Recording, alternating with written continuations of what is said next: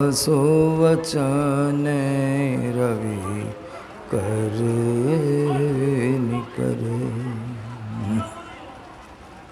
उपस्थित धर्म प्रेमी सज्जन वृंद तथा माताओं एवं बहनों, हम लोग सब कोई सत्संग के वचनों को श्रवण करने के लिए आए।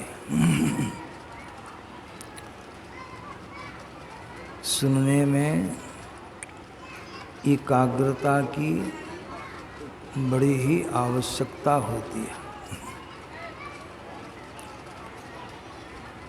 सुनने में अवश्य ही बोलना बाधक है। सुनने के समय में हलचल नहीं होना चाहिए, लेकिन यहाँ पर जो लोग शायद शरबत या क्या बांट रहे हैं कि पानी बांट रहे हैं, तो वहाँ बहुत हल्ला होता है। एक तो लाउड स्पीकर की आवाज़ जो है किसी दिन अच्छी नहीं रही। अभी भी बोलते हैं, इधर से उल्टी आवाज़ आती है। बोलने में भी एकाग्रता भंग होती है, समझे ना।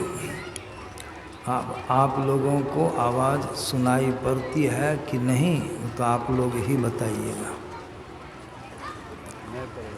सुनाई भी पड़ती होगी तो आवाज़ समझते नहीं होंगे, हम अंदाज करते। उधर के हॉर्न की आवाज़ को कम करो, यहाँ जो साउंड है उसकी आवाज़ को बढ़ाओ।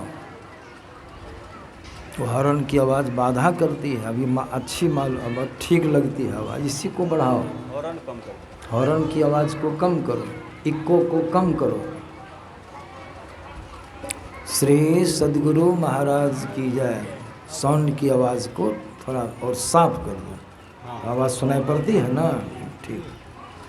पंडाल में श्री सद्गुरु महाराज की जय, पहले से अच्छी आवाज़ हुई है।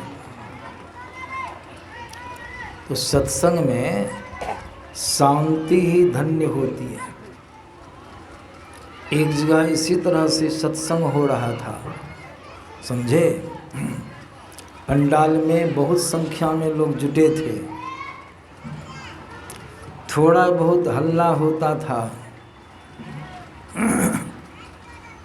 महात्मा जी जो थे, बाबा जो थे, मंच पर से लोगों से आग्रह किए कि आप लोग जो हैं सो हल्ला गुल्ला को शांत कीजिए। जैसे बाबा ने कहा हल्ला गुल्ला को शांत कीजिए, तो जितने लोग थे पंडाल में सब एक दूसरे को कहने लगे कि हल्ला बंद करो, कि हल्ला बंद करो। अब इसी का इतना हल्ला हो गया कि वर्णन नहीं। मतलब शांत करने वाले जो व्यवस्थापक होते हैं, गुरु महाराज कहते थे, उनके मुखारबिंद से मैंने सुना कि अपना चुप रहिए, तब हल्ला गुल्ला को शांत कीजिए। चुप होकर के व्यवस्था कीजिए, शांति बनी रहेगी, तब सत्संग सुनने में आपको बढ़िया लगेगा। श्री सद्गुरु महाराज अभी सुने हैं, बड़ा अच्छा विषय। सुख, सुख शब्द सबों को प्रिय है। कोई आदमी ऐसा नहीं होगा जो सुख को नकारेगा। अभी आवाज़ फिर गड़बड़ हो गई। पीछे भी हॉर्न है, इसमें पीछे की आवाज़ को कम करो, पीछे कुछ है उसकी आवाज़ को कम करो। गनगनी खटखटा सब में आते हैं, लाउड स्पीकर में जितना बोलते उतनी ही आवाज़ निकलती, गनगनी नहीं थी। कोलाहल नहीं होता, शांति बनी रहती। श्री देखते हैं ऐसे लगता है श्री सद्गुरु महाराज। तो सुख के लिए हम लोग सब कोई क्या चाहते हैं? क्या आवाज बढ़िया। हम लोग सब कोई क्या चाहते हैं? सुख चाहते हैं। दुख कोई चाहते हैं नहीं। आज सुख भी चाहते हैं तो कैसा सुख चाहते हैं? ऐसा सुख जो एक बार मिल जाने के बाद फिर कभी हटे नहीं, ऐसा सुख। लेकिन संतों के ज्ञान में आया है कि यहाँ रह कर के संसार में वैसा सुख हम चाहते हैं तो संत लोग कहते हैं संसार में वैसा सुख आपको कभी नहीं मिलेगा। क्यों नहीं मिलेगा? इसलिए यह संसार नाशवान है। यहाँ की सारी चीज़ें क्षण भंगूर है। गुरु महाराज की वाणी माया है। पदावली में गुरु महाराज ने बहुत चौपाइयाँ लिखे हैं, उसमें आया है। गुरु महाराज हम लोग को चेताते हैं, कहते हैं सुनिए सकल जगत के वासी।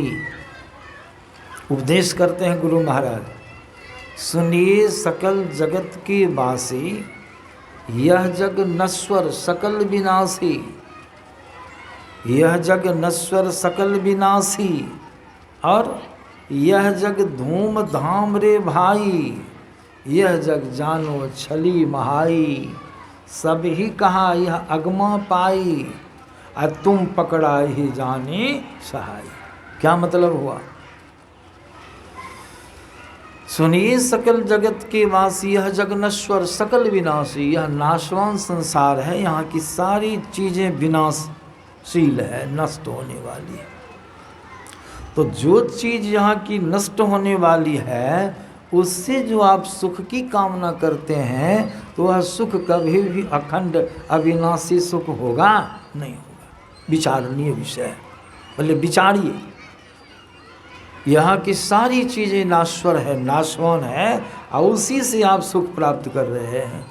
संसार की ही चीज़ों से नहीं सुख प्राप्त करते हैं, यहाँ जो प्राप्त कर रहे हैं। इसीलिए संसार की सारी चीज़ें नाशवान है, क्षण भंगुर है, उससे प्राप्त होने वाला सुख भी जो हम और आप प्राप्त करते वह क्या है? नश्वर। यह जग नश्वर सकल विनाशी। फिर कहते हैं यह जग धूम धाम, धूम मन क्या होता है? धूम मने धुआं, और धाम मने घर। यह संसार क्या है? धुआं का घर। अब कि धुआं का घर कब तक टिकने वाला है? विचारणीय है। यह जग धूम धाम रे भाई, यह जग जानो छली महाई।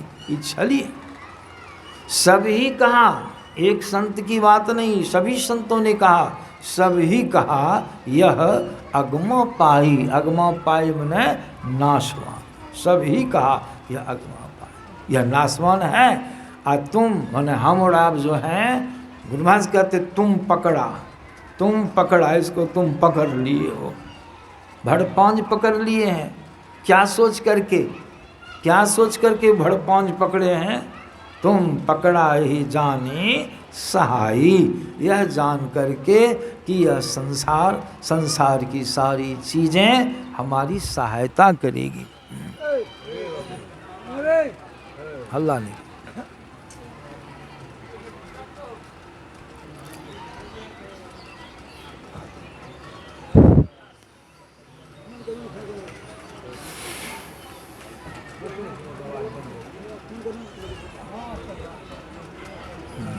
उसको अपने पता चल गया।